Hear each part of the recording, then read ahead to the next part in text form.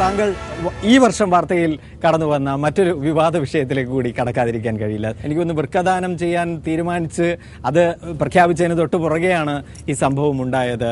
താങ്കളുടെ സ്ഥാപനമായ വി സ്റ്റാറിൽ ചുമടിറക്കുന്നതുമായി ബന്ധപ്പെട്ടുണ്ടായ പ്രശ്നം അവിടെ വാസ്തവത്തിൽ നടന്നത് എനിക്ക് തോന്നുന്നു അതിന്റെ രണ്ട് വശത്തായി നിന്ന ആളുകൾ നമ്മോടൊപ്പം ഉണ്ട്. അതുകൊണ്ട് കുറെ കൂടി അന്നത്തെ ആ വികാരപരമായ അന്തരീക്ഷത്തിൽ നിന്ന് മാറി നിന്നുകൊണ്ട് ഇപ്പോൾ കുറെ കൂടി യുക്തിഭദ്രമായി അതേക്കുറിച്ച് ആലോചിക്കുമ്പോൾ അന്ന് നോക്കുകൂലിയുമായി ബന്ധപ്പെട്ടായിരുന്നു ആ തർക്കം ഉണ്ടായത്. അതിനകത്തുണ്ടായിരുന്ന ഒരു തർക്കം ഞങ്ങൾക്ക് നേരിട്ട് നമ്മുടെ പേറോളിലുള്ള കുറേ ജോലിക്കാരുണ്ട്. അങ്ങനെ ആ ജോലിക്കാരുള്ളപ്പോൾ അവരുടെ ജോലി അവിടെ ലോഡിങ് അൺലോഡിങ് പാക്കിങ് റീപാക്കിങ് അതാണ്. അങ്ങനെ ജോലിക്കാരുണ്ട്. അപ്പോൾ അവർക്ക് നമ്മുടെ അഡ്വക്കേറ്റ് പറഞ്ഞു അവർക്ക് ലേബർ കാർഡ് എടുക്കണം. അപ്പോൾ ലേബർ കാർഡ് എടുത്തു. അങ്ങനെ എല്ലാ നിയമങ്ങളും നമ്മൾ പാലിച്ചുകൊണ്ട് നമ്മളവിടെ ബിസിനസ് നടത്താൻ ശ്രമിക്കുമ്പോൾ വേറൊരു കൂട്ടം ആൾക്കാർ വന്നിട്ട് പറയാണ് ഈ ടെറിട്ടറിയിൽ ഞങ്ങൾക്ക് മാത്രമേ ലോഡിങ് അൺലോഡിങ് പറ്റുള്ളൂ എന്ന് പറയുമ്പോൾ എനിക്ക് തന്നെ അത് ഒരു ലോജിക്ക് മനസ്സിലാവുന്നില്ല. അപ്പോൾ ഞാൻ ചോദിച്ചു ഞങ്ങളുടെ സ്റ്റാഫ് അപ്പം എന്ത് ചെയ്യും? ഞങ്ങളുടെ സ്റ്റാഫ് അപ്പം നോക്കി നിൽക്കണോ? ഞങ്ങളുടെ സ്റ്റാഫ് അപ്പം നോക്കി നിൽക്കേണ്ടി വരില്ലേ നിങ്ങൾ ലോഡ് ഇറക്കിയാൽ? അപ്പോൾ അതല്ലേ നോക്കുകൂലിയാവാൻ പോകുന്നത്. നിങ്ങൾക്ക് പൈസ തന്നാൽ. പ്രശ്നം എന്താണ്ടായെന്ന് വെച്ച് കഴിഞ്ഞാൽ നമ്മൾ അവിടുത്തെ ലോക്കൽ നേതാക്കളോട് ഇതൊക്കെ പറഞ്ഞ് മനസ്സിലാക്കിയിട്ട് അവർ സമ്മതിച്ചില്ല, ലോഡ് ഇറക്കാൻ സമ്മതിച്ചില്ല. തലേ ദിവസം ഞങ്ങളുടെ അവിടുത്തെ സ്റ്റോർ കീപ്പറെ അവർ ദേഹോപദ്രവം ചെയ്തു. അപ്പോൾ എനിക്ക് ചെറുതായിട്ടൊരു വാശി കയറി ഞാൻ അവിടെ ചെന്നു. അപ്പോൾ ഞാൻ അന്തരീക്ഷം മനസ്സിലാക്കിയപ്പോൾ ഇവർ പറഞ്ഞു അത് മുതലാളിക്ക് മാത്രമേ അധികം ആണെങ്കിൽ ലോഡ് ഇറക്കാൻ സമ്മതിക്കുകയുള്ളൂ, ബാക്കി ജോലിക്കാരെ തൊടിയിക്കില്ല എന്ന് പറഞ്ഞു. എന്നാൽ ശരി നമ്മളങ്ങ് കാണിച്ചു തരാം എന്നുള്ളൊരു വാശി ഇപ്പുറത്തായിരുന്നത്. അല്ലാതെ ഇത് വലിയ ആലോചിച്ചിട്ട് ചിന്തിച്ചിട്ട് നമ്മൾ ഈ പശുവിനെ തല്ലാൻ നോക്കുമ്പോൾ വർമ്മ നോക്കിയാൽ അടിക്കാൻ സ്ഥലം ഉണ്ടാവില്ല എന്ന് പറഞ്ഞ പോലെ രണ്ടും കൽപ്പിച്ചങ്ങ് ചെയ്തത് ശരിയായ കാര്യമാണെന്ന് ഇപ്പോഴും തോന്നുന്നുണ്ടോ? പിന്നെ തീർച്ചയായിട്ടും അതിനുശേഷമല്ലേ ഇവിടെ ഒരു അവയർനെസ് ഉണ്ടായത്, അതിനുശേഷമല്ലേ ഇവിടെ ചർച്ച വന്നത്. കാരണം അതിൻ്റെ അഫക്റ്റഡ് ആയിട്ടുള്ള ഒരുപാട് വ്യക്തികൾ അല്ലെങ്കിൽ വീട്ടുകാർ, സമൂഹങ്ങൾ, എത്ര ഫോൺ കോളുകളാണ് എനിക്ക് വന്നത്. അതായത് ഒരു ബാങ്ക് മാനേജർ വിളിച്ചിട്ട് പറയാണ് ഭാര്യയുടെയും കോളേജിൽ പഠിക്കുന്ന പെൺപിള്ളേരെയും മുന്നിൽ വെച്ച് അസഭ്യം പറഞ്ഞപ്പോൾ അവർ പറഞ്ഞ കാശ് എടുത്തു കൊടുത്തുനിന്ന്. അപ്പോൾ അതൊക്കെ നമ്മുടെ നാട്ടിൽ ഈ ഇത്രയും പരിഷ്കൃതമായിട്ടുള്ള ഈ നാട്ടിൽ സമ്മതിക്കാൻ പാടും. പക്ഷേ അതിനു മുമ്പ് തന്നെ രാഷ്ട്രീയ പ്രസ്ഥാനങ്ങൾ എന്ന നിലയ്ക്ക് CPM-ഉം ഇടതുപക്ഷ പ്രസ്ഥാനങ്ങളും അതുപോലെ തന്നെ തൊഴിലാളി പ്രസ്ഥാനങ്ങളും നോക്കുകൂലിയെ തള്ളി പറഞ്ഞിരുന്നു.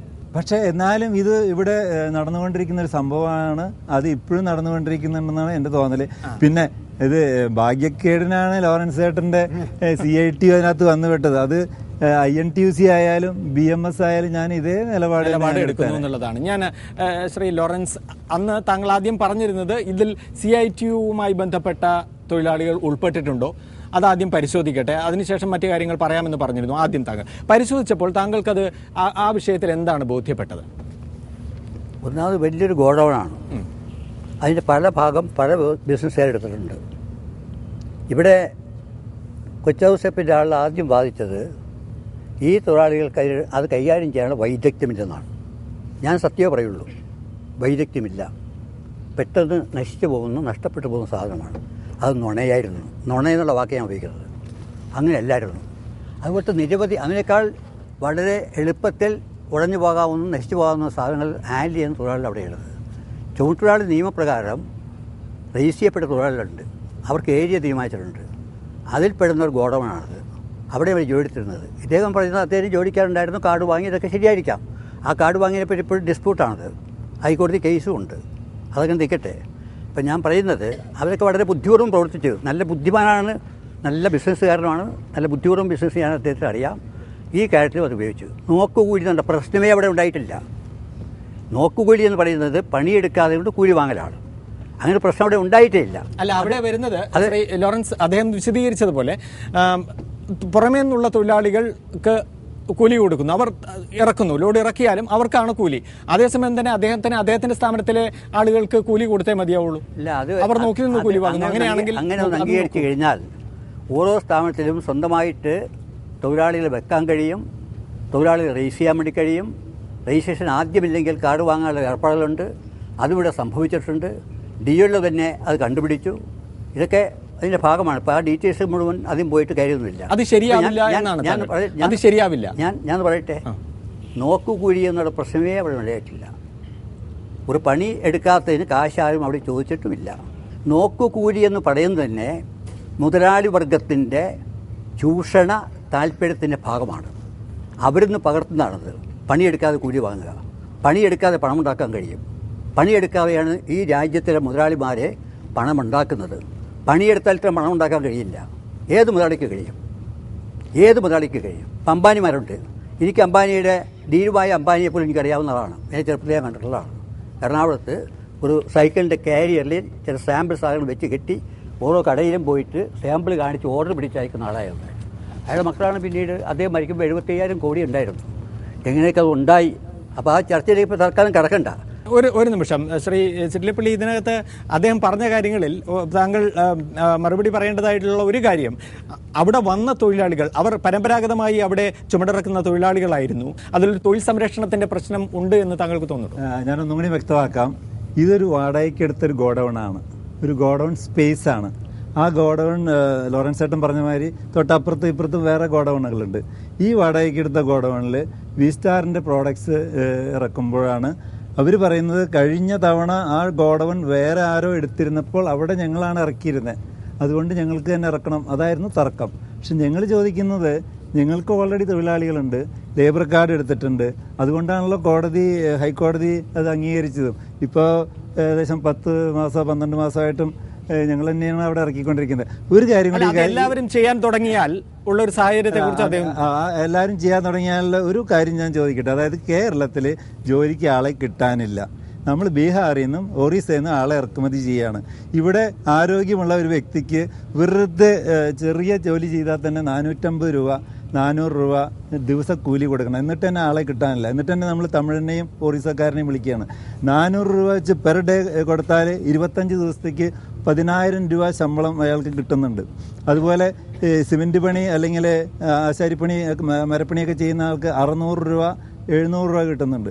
അപ്പോൾ ഒരു മാസം 15,000 രൂപ ശമ്പളം കിട്ടുന്നുണ്ട്. അങ്ങനെ ജോലിക്ക് ഇവിടെ ആളെ കിട്ടാത്ത സമയത്ത് എന്തിനാണ് ഇവരിത് കടിച്ചു തൂങ്ങി നിൽക്കണമെന്ന് എനിക്ക് മനസ്സിലാവുന്നത്. അതിൻ്റെ അർത്ഥം ഇതൊരു ഒരു ഒരു ഗുണ്ടായിസമാണ് എന്ന് എനിക്ക് തോന്നുന്നു.